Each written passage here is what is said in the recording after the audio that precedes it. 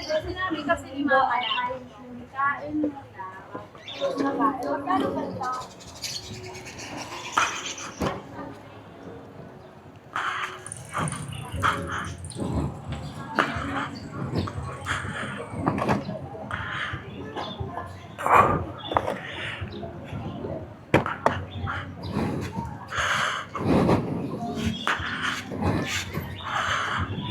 Okay, let's go. Uwian na.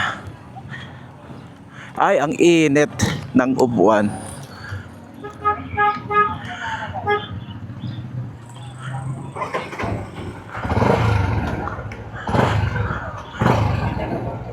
Wala pang 1 minute na iniiwan ko, guys. Init na upuan, grabe. Okay, pauwi na tayo.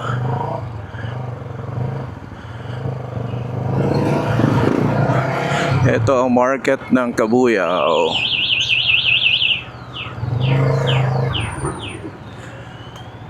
Hay, buhay.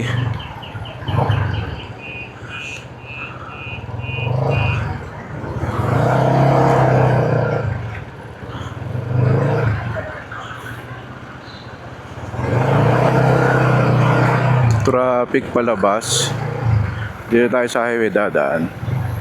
Kaya lang, di na tayo pwede makipag rock and roll sa highway. Kasi nga may itlog tayo. 240 lang. Plus 10 pesos kasi nga binili ko yung tray. Samantalang yung binili ko sa Nyugan, suki ko dati yun 275, bitak-bitak pa. Akala ko mas mura dun. Mas mura pa rin dito sa bayan. Dito sa palengke ng Nyugan, El Sol Market.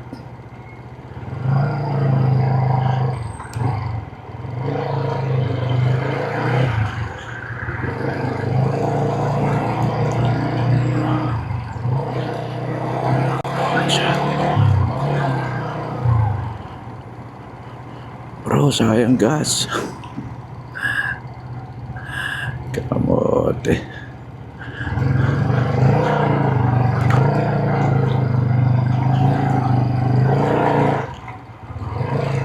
Ito yung mga masisipag na mga brothers, mga Mormon missionaries. Grabe, sobra. Bata pa ako kino-convince na ako. Tatay ko Mormon din nun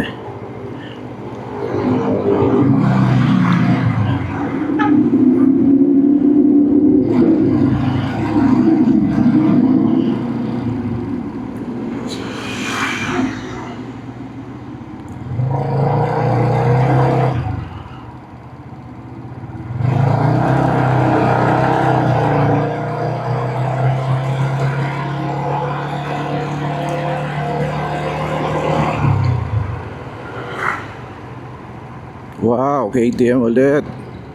Stig. Nakadalawang KTM ako ngayon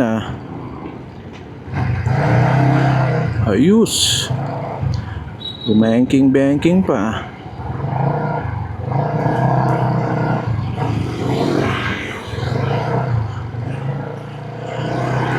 Ayos. May egg tayo kaya dahan-dahan lang. Dahan-dahan lang. Sipag nito, puno ng parcel.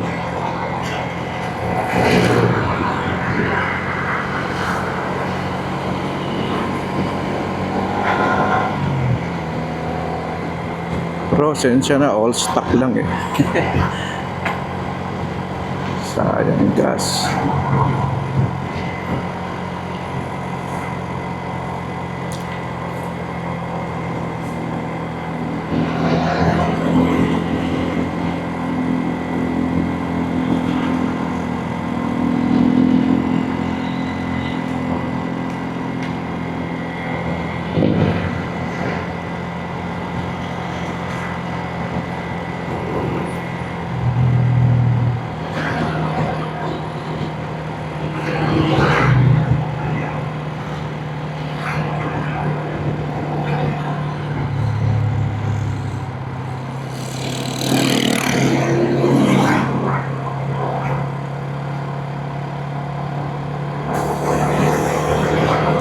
Kalimutan ko, dapat pala nagpatay ako.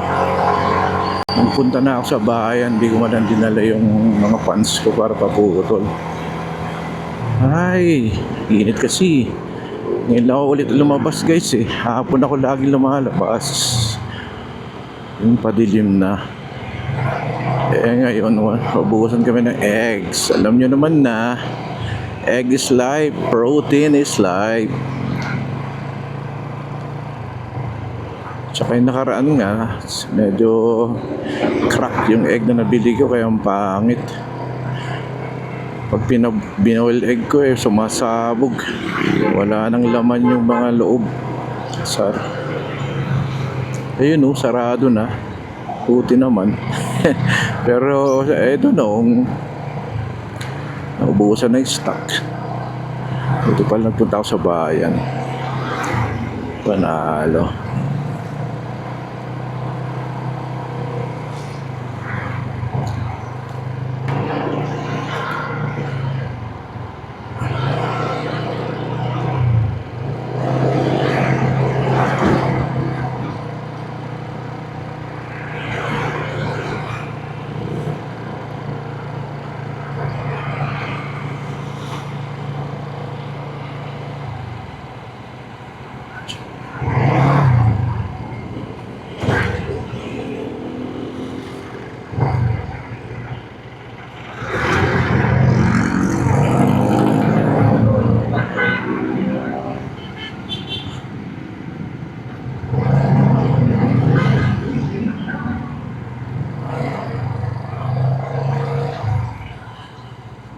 One shot.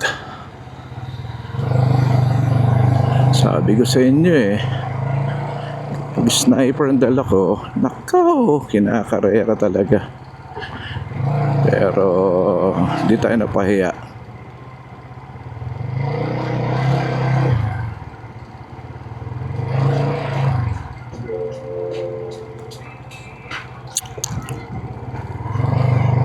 Okay, Regatta South Executive Homes, main gate. Nag-iisang gate kasi dead end na guys.